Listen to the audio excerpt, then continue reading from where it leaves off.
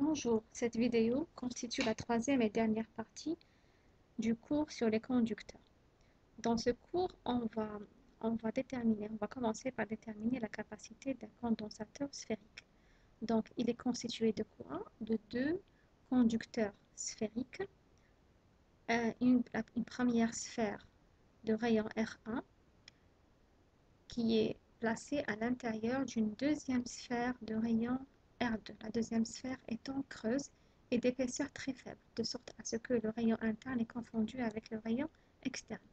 Et les deux sphères sont séparées par soit par le vide, et dans ce cas-là, la permittivité du vide c'est ε0, soit par un milieu diélectrique, ça veut dire un milieu isolant. Donc on va procéder par la vue à deux dimensions. Donc une sphère 1, la sphère 1 de rayon R1, on va choisir une charge positive, donc elle est chargée avec une charge positive plus Q. Elle est portée à un potentiel V1. On peut avoir cette distribution de charge si on relie la sphère 1 à la borne positive d'un générateur. Dans ce cas-là, la charge de la sphère 1 est automatiquement positive et elle porte le même potentiel que le potentiel de la borne positive, donc qui ici est égal à V1. On peut choisir comme potentiel de la borne négative celui de la Terre, donc 0. Et donc, on va entourer la première sphère par une deuxième sphère creuse, indice d'épaisseur qui est très faible, de rayon R2. Alors, par influence, les charges positives de la sphère 1 vont attirer les électrons libres de la sphère 2, qui vont se placer sur la surface interne de la sphère 2. Les charges positives qui seront donc laissées derrière les électrons, donc les lacunes des électrons dans les atomes, donc les charges positives de la sphère 2 seront repoussées vers la Terre. Donc ici, la sphère 2 sera portée à un potentiel V2 inférieur à V1, puisque la charge positive est ici et la charge négative là, donc le potentiel de la sphère 2, V2 est inférieur à V1. Donc ici, on a choisi de relier la sphère 2 à la Terre, de sorte à ce que V2 soit égal au potentiel de la Terre qui est égal à 0. Notre objectif est la détermination de la capacité de ce condensateur sphérique, en utilisant bien sûr la définition de la capacité, à savoir C égale à Q, donc la charge des armatures, que divise delta V étant la différence de potentiel entre les deux sphères. Donc le potentiel le plus élevé V1 moins le potentiel le moins élevé V2. Nous allons procéder comme suit. La première étape est la détermination de l'expression du champ électrique entre les armatures du condensateur. Donc ici, on veut avoir l'expression du champ électrique créé par cette distribution de charge là. Pour cela, nous allons appliquer le théorème de Gauss.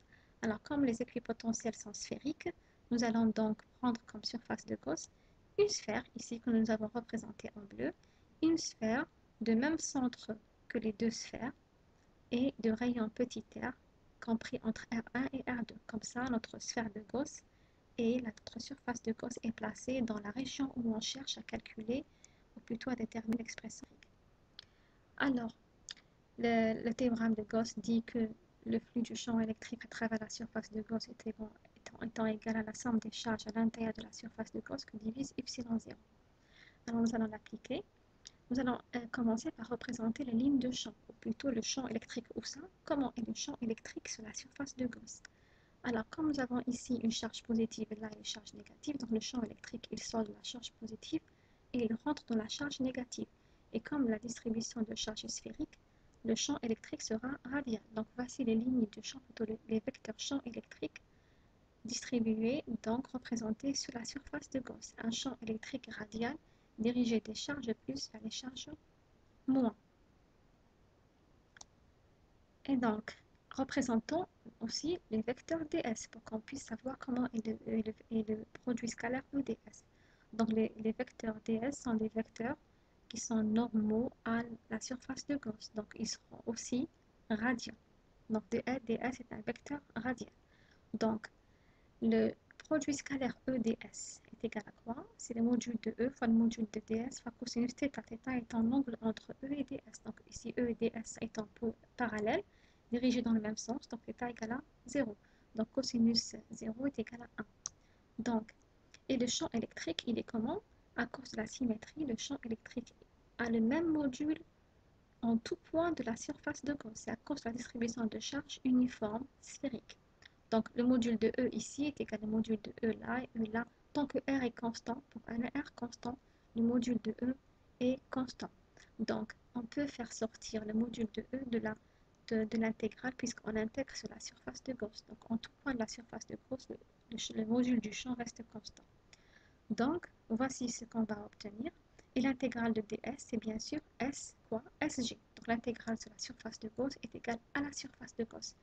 Comme la surface de Gauss est une sphère, donc on sait que la surface de Gauss Sg la surface d'une sphère est égale à 4π fois le carré du rayon. Ici, le rayon de la sphère de Gauss c'est petit r. Donc, c'est 4π r au carré fois le module de E. Donc, ça, c'est la première partie du théorème de Gauss. La deuxième partie est égale à la... Donc, on va chercher la somme des charges comprises à l'intérieur de la surface de Gauss. Donc, ici, on voit bien que la surface de Gauss entoure la charge positive, entoure plus que. Donc, somme sur I de QI égale à plus Q. Et là, on va rassembler le théorème. Donc, on va avoir le flux du champ qui est égal à 4π r au carré module de E est égal à Q sur epsilon 0. Donc là, on a supposé que l'espace entre les deux sphères étant rempli de vide, étant le vide. Il n'y a pas de matériau. Et donc, de là, on conclut que le module de E est égal à 4Q sur 4π epsilon 0 r au carré. Et donc, on tire l'expression du module du vecteur champ, puisque le champ est radial, donc il sera porté par le vecteur unitaire UR. Donc et en remplaçant 1 sur 4π epsilon 0 par k, on aura 4q sur r au carré fois UR. Donc ceci étant fait, donc l'expression du champ électrique étant déterminée, on va passer à la détermination de la capacité. L'étape numéro 2 est la détermination de la différence de potentiel V1 moins V2 entre les armatures du condensateur. Pour cela, on va utiliser la circulation du champ électrique entre R1 et R2. Donc, on va faire circuler le champ électrique de R1 vers R2. Donc, on écrit l'expression de la différence de potentiel dV égale à moins E scalaire dl. Comme E est radial, donc E égale à la composante radiale fois UR, la composante radiale qui est tout simplement Q sur R au carré.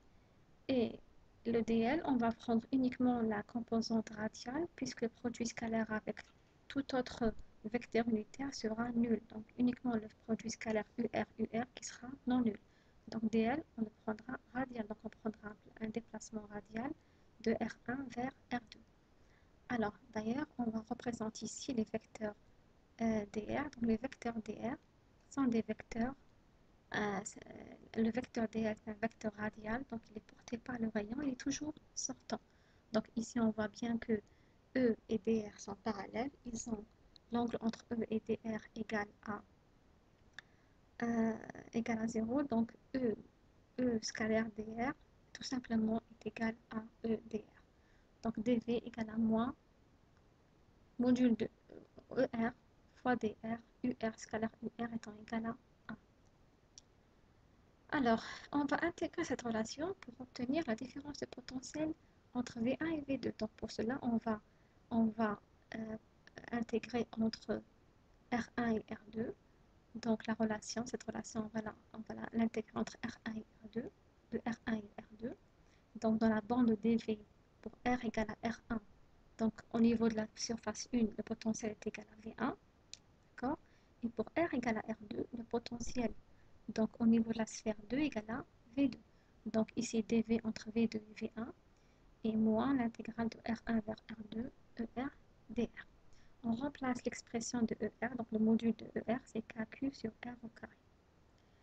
Et donc, comme KQ est une constante, elle sort de l'intégrale. Qu'est-ce qu'il nous reste? Il nous reste l'intégrale de moins 1 sur R au carré. On sait que l'intégrale de moins 1 sur R au carré, c'est 1 sur R.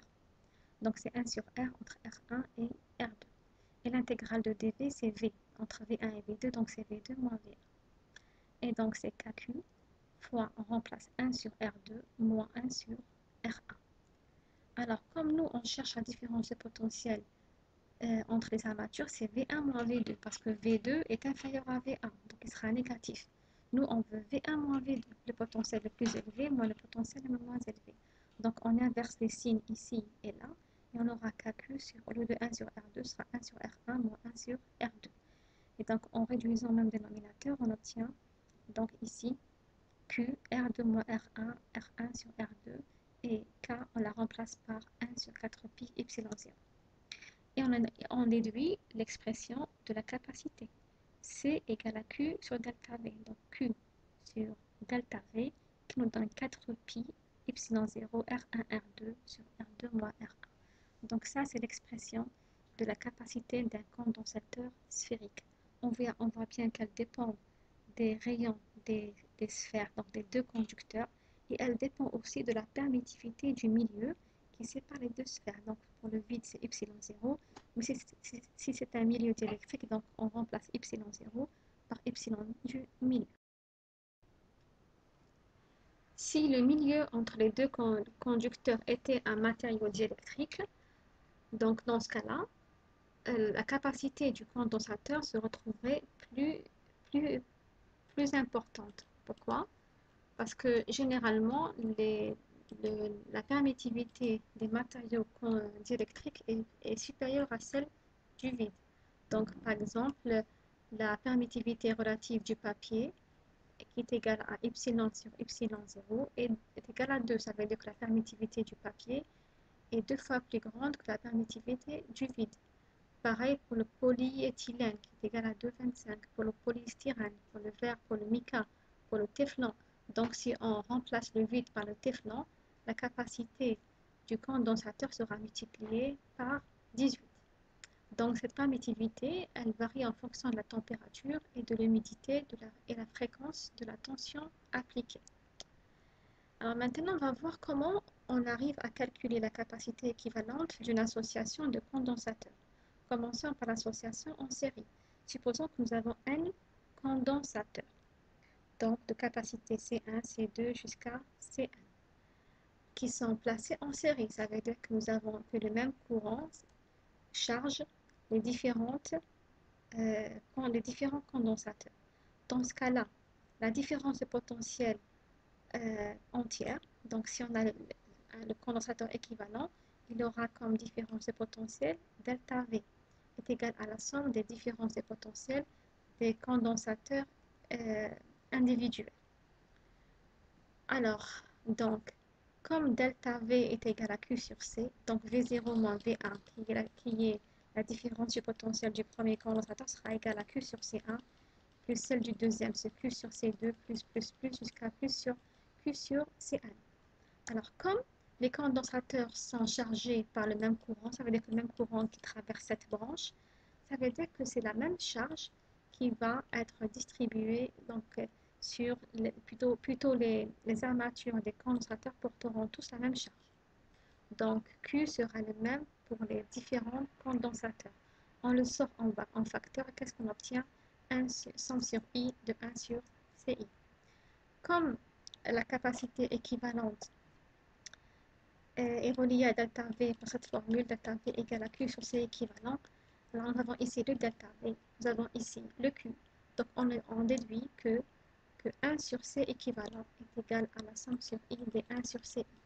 Cela veut dire que lorsqu'on associe un condensateur en série, nous allons obtenir un condensateur équivalent et la capacité de ce condensateur équivalent sera obtenue en utilisant cette formule. 1 sur C équivalent égale à somme sur I de 1 sur Ci.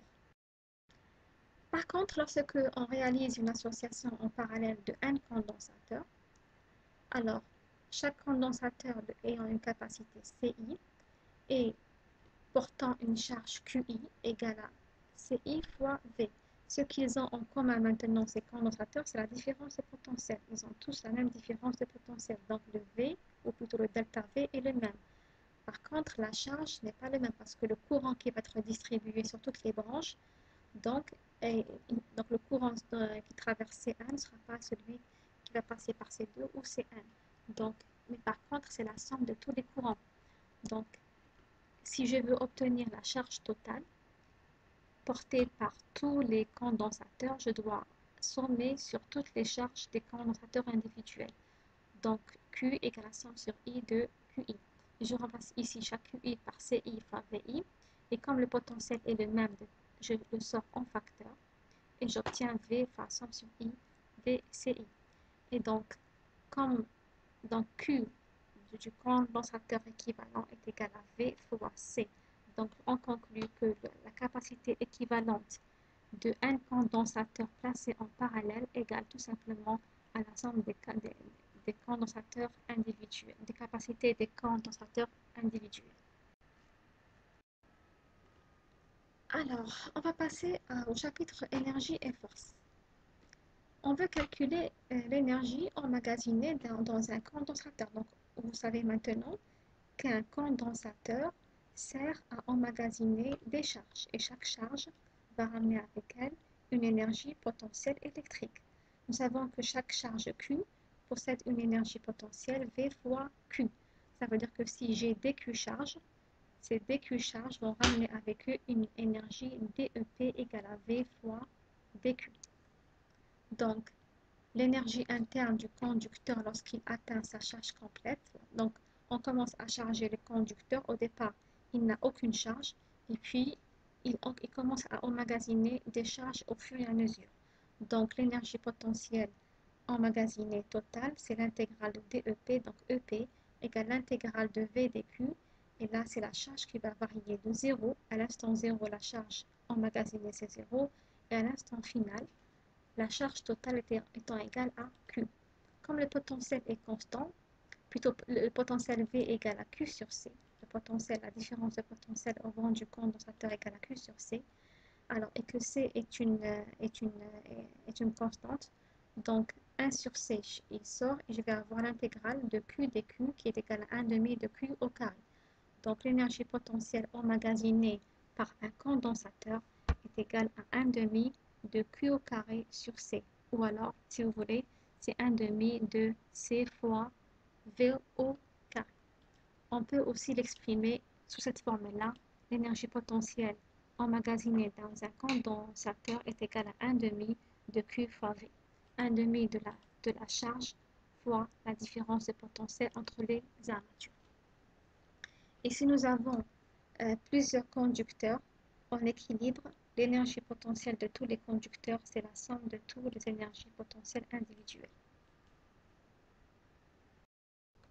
On veut à présent calculer la force appliquée sur les armatures du condensateur. Donc, on va faire un raisonnement à partir de l'énergie. Donc, soit à charge constante, soit à potentiel constante. On va commencer par faire un raisonnement donc à charge constante. Ça veut dire que les conducteurs sont isolés. Donc, imaginez que vous avez un conducteur qui est isolé du reste de l'environnement, qui porte une charge Q et une différence de potentiel V entre les armatures. Donc, s'il est isolé, ça veut dire que sa charge est constante. Par contre, le potentiel, il peut varier. Alors, les conducteurs ne sont reliés à aucune source d'électricité, ils sont isolés, les charges restent constantes, mais les potentiels varient au cours d'un déplacement des conducteurs. Ça veut dire que si dans un condensateur, je rapproche les armatures, la charge des armatures restera constante, mais la différence de potentiel va changer. Alors, si par exemple, je fais une translation élémentaire dl du IM conducteur, ça veut dire que si je rapproche une IM armature d'un déplacement dl, le travail de la force que je vais effectuer pour faire ce déplacement est égal au produit scalaire F scalaire dl. Donc, en coordonnées cartésiennes est donné par cette formule. Alors, comme le conducteur est isolé, ça veut dire que son énergie totale est constante. Donc, la variation de l'énergie totale est égale à 0. C'est DEC plus DEP. Variation de l'énergie cinétique plus variation de l'énergie potentielle. Et comme la variation de l'énergie potentielle est égale au travail, c'est le théorème de l'énergie cinétique, donc je conclus que le travail des forces plus la variation de l'énergie potentielle égale à 0. Et en remplaçant dW par son expression, nous obtenons ceci. dW c'est moins dEpi, donc on obtient ceci. Et donc Fx, la composante x de F est tout simplement donnée par la dérivée partielle de l'énergie potentielle par rapport à x. Fy c'est moins dEp sur dy. Et Fz égale à moins dEp sur dz. Toutes ces dérivées sont effectuées à charge constante. Donc, une fois qu'on aura l'expression de l'énergie potentielle, on la dérive par rapport à x en considérant q constante, on multiplie par un signe moins et on obtient fx par rapport pour fy et par rapport à...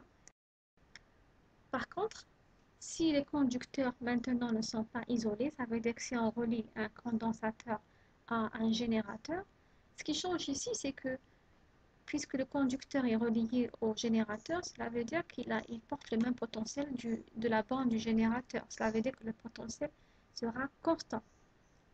Donc V constant, le potentiel du conducteur est constant, mais par contre, la charge peut changer. Puisqu'il est relié au générateur, le générateur peut fournir des charges supplémentaires comme il peut récupérer des charges. Dans ce cas-là, donc, on garde toujours l'expression du travail en coordonnées cartésiennes. Alors, si soit dQ la charge élémentaire fournie par la source au ion conducteur. Alors, dans ce cas-là, le générateur fournit des charges au conducteur. Donc, le conducteur va recevoir une énergie externe de la part du générateur. Alors, comme le potentiel est constant, chaque charge dQ reçue par le conducteur ramène avec elle une énergie externe égale à V fois dQ. Alors, si nous avons un conducteur, les un conducteurs vont recevoir une énergie externe, donc une énergie de la part du générateur, qui est égale à somme sur I de VI fois dQI. Je rappelle que le potentiel VI est constant, c'est le potentiel du générateur. Par contre, la charge augmente, c'est la charge fournie par le générateur. Donc, dans ce cas-là, puisque le générateur fournit une énergie au conducteur, ça veut dire que le conducteur n'est pas isolé et que la charge, son énergie totale n'est pas constante. Donc, la variation de l'énergie totale est égale à l'apport externe. Donc, ce qui vient de l'extérieur, c'est l'énergie fournie par le générateur. Donc, la variation de l'énergie cinétique plus la variation de l'énergie potentielle égale à la variation de l'énergie fournie par le générateur. On remplace DEC par DW et j'obtiens DE externe égale DW plus DEP. Alors, je rappelle, je réécris ici l'expression de l'énergie externe et je cherche l'expression de DEP. Alors, EP, c'est l'énergie potentielle du conducteur. On a dit que l'énergie potentielle d'un conducteur, c'est 1,5 de Q fois V. Alors, ça, c'est l'énergie potentielle de un conducteur. Alors, si je veux DEP, il faut que je fasse une variation. Qu'est-ce qui varie ici? On a dit que le potentiel est constant. Ce qui varie, c'est DQ. Donc, DEP, c'est 1,5 de somme sur I de VI fois DQI. Donc, qu'est-ce que je cherche moi? Moi, je cherche DW. Donc, dW est égal à quoi? C'est DE externe moins DEP. Donc, c'est ça moins ça. Donc, regardez bien, j'ai une expression VI fois DQI. Je retranche 1,5 de VI fois DQI. Donc j'ai une valeur à laquelle je retranche la moitié de la même valeur. Donc, qu'est-ce que j'obtiens? J'obtiens 1,5 de VI fois DQI. Donc, j'obtiens la même expression que DEP. Donc, on conclut que dW égale à DEP. Et en remplaçant l'expression de DEP en coordonnées cartésiennes, je conclus que Fx égale à la variation de EP par rapport à x, mais dans ce cas-là, à potentiel constant. Fy, c'est DEP sur DY à potentiel constant, et Fz, c'est DEP sur DZ à potentiel constant. Donc, une fois que j'aurai les expressions de l'énergie potentielle, je la dérive par rapport à x en considérant que V constant, j'obtiens Fx. Pareil pour Fy et Fz.